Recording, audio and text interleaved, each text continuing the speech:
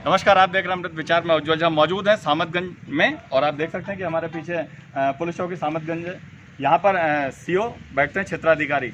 यहाँ पे हमारे साथ में देख रहे होंगे कुछ व्यापारी हैं यहाँ पर जो कि आए हुए हैं। आज सुबह जब 4 बज रहा था तो व्यापारियों के ऊपर प्रशासन की ओर से डंडा चला और जो दुकानें थीं वो पूर्ण रूप से बंद करा दी गई और साथ में कहा भी गया कि दोबारा ऐसी हरकत ना करें और दुकान मत खोलें। सबसे बड़ी समस्या की बात यह है कि लॉकडाउन आज सेकंड हो गया, लॉकडाउन 2 आज से लग गया है। जैसा कि मोदी जी ने साफ कहा है कि आपको 3 मई तक का लॉकडाउन का पालन करना है।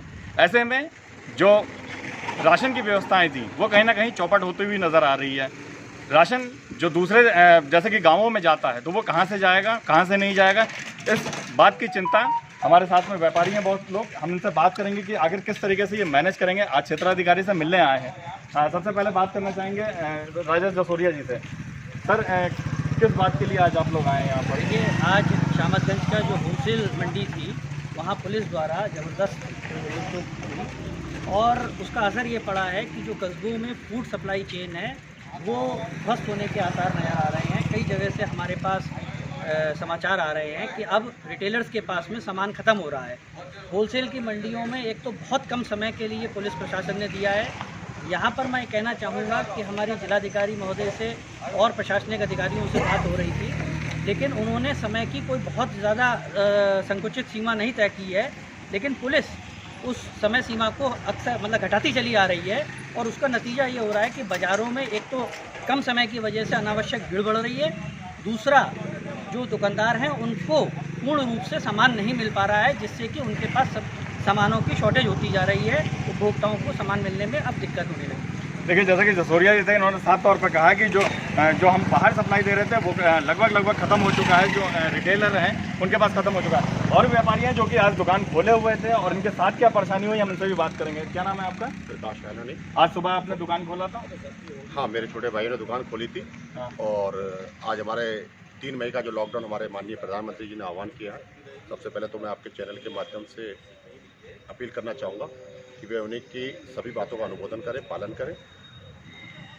विशेषता ये है कि जो वास्तविकता है वो आज फुटकर वालों के पास सामान ख़त्म हो चुका है और आज हम अपने क्षेत्रीय थाने में एक ज्ञापन रूपी कह लीजिए, अपनी बात रखने हेतु कह लीजिए, बात रखने आए हैं कि हमारे शामतगंज प्रतिष्ठानों को खोलने का एक टाइम बनाकर सुनिश्चित करके उसको खोलने का आदेश दिया जाए। और हम बड़ी विनम्रता से, बड़ी आग्रता से ये कहेंगे कि हमारे क्षेत्रीय जो चौकी प्रभारी हैं वो इसमें हम लोगों को सहयोग करें और खाने पीने की वस्तुएं जो एक कंज्यूमर के हाथ में जानी चाहिए वो रिटेलर से होलसेलर तक जाएंगी, तो एक शामतगंज व्यापार को एक प्रारूप सुचारू करने के हेतु। देखिए, जैसा कि इन्होंने भी बताया कि जो सिस्टम है वो कहीं ना कहीं एक टाइम बाउंड होना चाहिए उसका, क्योंकि टाइम बाउंड नहीं हो पा रहा है, इस वजह से बहुत सारी दिक्कतें आ रही हैं। और भी लोग हैं। सर, क्या कहना चाहेंगे आज? मैं गुलशन सब्रवाल, अध्यक्ष बरेली किराना कमेटी। रोज की तरह जिस तरह बाजार सवेरे 3:30-4 बजे खुल रहा है, कुछ दुकानें खुल रही हैं ताकि ज़रूरत के आइटम जो हैं रिटेलर्स को मिल सकें, क्योंकि होलसेल का एक ही मार्केट है। लेकिन यहाँ पर बराबर सख्ती बढ़ती चली जा रही है और छोटे दुकानदारों जो होलसेल मार्केट से माल लेते हैं उनको माल नहीं मिल पा रहा है। वो माल किस तरीके से मिले, हम ये चाहते हैं कि प्रशासन हमको ऐसा समय दे 3 घंटे, 4 घंटे या 5 घंटे, जिसके अंदर छोटे दुकानदारों को बड़े दुकानदारों से माल मिल सके। और आज जो है यहाँ पर काफ़ी अराजकता का माहौल था। जो दुकानदारों से दुकानें खोली, इसके बाद पुलिस प्रशासन ने काफ़ी बड़ी मात्रा में कार्यवाही करी और दुकानदारों के अंदर बहुत है और बहुत गर्मी है।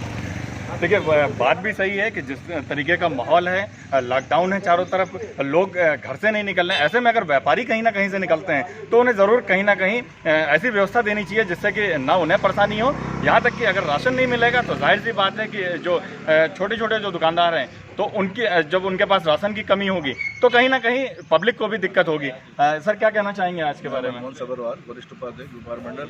सबसे बड़ी बात यह है कि जो स्थानीय हमारे व्यापारी हैं उनके यहाँ से राशन का सामान खत्म हो चुका है, लेकिन जो बाहर से दाल, आटा, मैदा आ रहा है उसके उतरने का टाइम फिक्स नहीं है। कृपया प्रशासन से अपील है कि हमारे जो माल बाहर से आता है, आटा, मैदा, दालें कुछ वगैरह वगैरह सब कुछ आता है। इसको एक किस समय कर दे, किस समय से उतरेगा, उससे व्यापारी को परेशान ना करे उतरने के लिए। देखिए, मोदी जी का साफ कहना था कि अगर 20 तारीख तक कुछ राज्यों की कंडीशन सही रही तो वो कहीं ना कहीं ट्रक को चलाने का आदेश करेंगे और जो आयात निर्यात का कुछ ना कुछ खोलने की जो सिस्टम उन्होंने बनाया है वो कहीं ना कहीं फॉलो होगा।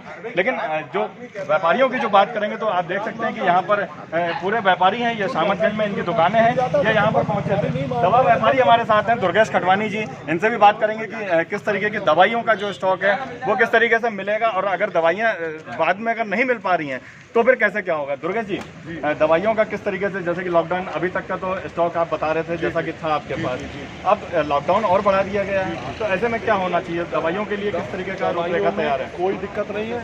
प्रशासन की ओर से दवा विक्रेताओं को छूट मिली हुई है दुकान खोलने की। दवा विक्रेताओं की हम लोगों ने केमिस्ट एसोसिएशन की बैठक करके तय कर दिया था कि कोई भी व्यक्ति जब तक कस्टमर मरीज गोले में नहीं खड़ा होगा तब तक दवा नहीं देंगे। तो आप देख लें, जिस भी दवा की दुकान पे आप जाएंगे व्यवस्थित रूप से लोग दवा खरीदते हुए मिलेंगे। ट्रांसपोर्ट से सामान आ रहा है। बरेली शहर में किसी दवा की, किसी सर्जिकल आइटम की, मास्क की, सैनिटाइजर की कोई कमी नहीं है। भरपूर मात्रा में मैं आपके चैनल के माध्यम से कहता हूं कि यदि कोई आपके पास आए कि मुझे कोई दवाई या कोई सैनिटाइजर नहीं मिल रहा है तो आप मेरा नंबर दे दीजिए, मुझसे संपर्क करें, मैं उसके अरेंजमेंट करवाऊंगा। देखिए, जैसा कि दुर्गेश खटवानी जी ने बताया कि साथ साथ दवाइयों से तो कहीं ना कहीं राहत है लोगों को, लेकिन फिर वही बात कहेंगे कि राशन वाली जो बातें हो रही थी वहाँ पर कहीं ना कहीं दिक्कतें नजर आ रही हैं और तभी आज एक साथ इकट्ठा हुए हैं हमारे साथ और भी व्यापारी हैं। क्या नाम है? महामंत्री किराना विशेषज्ञ। ये बरेली की शामतगंज मंडी एकमात्र मंडी जो होलसेल की है, वो फूड सप्लाई चेन को सप्लाई यहाँ से देती है और ये रिटेलर्स के पास माल खत्म हो चुका है। वो लोग होलसेलर से सप्लाई बनाना चाहते हैं और यहाँ पर प्रशासन की अव्यवस्था के कारण माल ना अनलोड हो पा रहा है, ना उनको माल सप्लाई दी जा रही है। जब तक ये सप्लाई अगर कंटिन्यू नहीं रहेगी तो होलसेलर अगर सप्लाई नहीं दे पाएगा रिटेलर को तो खाने पीने की चीज़ों की शॉर्टेज होगी और अव्यवस्था फैलेगी। इसका सुचारू रूप से हम सीओ साहब से रिक्वेस्ट करना चाहते हैं कि एक समयबद्ध हमको प्रोग्राम दें जिससे हम अपनी दुकान खोल के रिटेलर्स को सप्लाई निर्बाध दे पाएँ। देखिए, आज यहाँ पर क्षेत्राधिकारी से मिलने आए सारे व्यापारी हैं और ये साफ तौर पर इनका कहना है कि हमें एक टाइम निर्धारित कर दिया जाए जिससे कि हम लोगों की सेवा कर सकें। ये हमारा बिजनेस का टाइम नहीं है, ये सेवा का टाइम है और इसमें भी अगर कोई व्यवधान आती है तो हम इसीलिए आज यहाँ पर सब पहुँचे हैं और अभी थोड़ी देर में यहाँ पर फिलहाल अभी पहुँचे नहीं है क्षेत्राधिकारी, अभी आएंगे तो इनकी बात होगी, हम वो भी सुनवाएंगे आपको। सर, व्यापारियों के साथ आज मीटिंग हुई है आपकी, कैसे क्या रहा? व्यापारियों के साथ मीटिंग में हमने उनकी भी समस्याएं सुनी और प्रशासन का भी जो हमारा व्यू पॉइंट है वो उनको बताया है। उसमें प्रथम दृष्टया हमने उनसे ये कहा है कि वो किसी भी प्रकार से भीड़ इकट्ठी ना हो। डिस्कशन के दौरान ये तय हुआ कि अब जो थोक के व्यापारी हैं, थोक के व्यापारी शामतगंज मंडी के, वो 10 से 3 अपनी दुकान को खोलेंगे और जो उनका सामान आता है वो रात को सुबह 7 बजे से पहले अनलोड करा लें। इसके अलावा उनको ये स्पष्ट निर्देश दे दिए गए कि किसी भी प्रकार का रिटेल यानी खुदरा सामान नहीं बिकेगा वहाँ पे।